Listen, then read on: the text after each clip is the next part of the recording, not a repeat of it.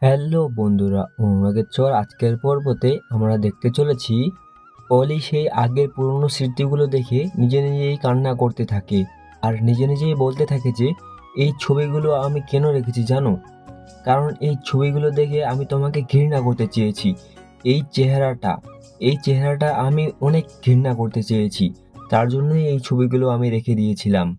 তীব্র ঘৃণা করতে চেয়েছিলাম এই ছবির মুখটাকে। কিন্তু তুমি যে ওদিন আমাকে জড়িয়ে ধরে চুমু খেলে, আদর করলে, তাহলে আমাকে এত কেন ভালো লাগলো মা? এভাবে বলে কান্না করতে থাকে আর ফটোগুলোকে জড়িয়ে ধরে মা বলে চিৎকার করে।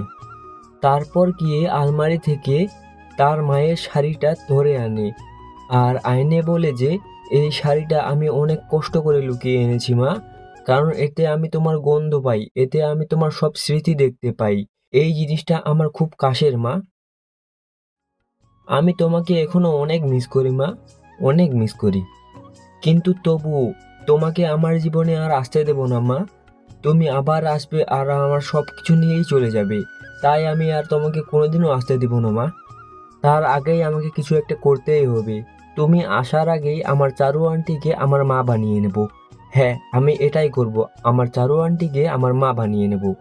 তারপর এসব বলেই ফটোগুলো আর শাড়িটা রাখতে যায়, তখন দীপার ফটোটি দেখে বলে যে তোমার সোনা এখন নেই মা, তোমার সোনা মরে গেছে। এখন এটা আমি অলি, এটা তোমার সোনা নই আমি। আর হ্যাঁ, তোমার সোনা তোমার জন্য কষ্ট পেয়ে পেয়ে মরে গেছে।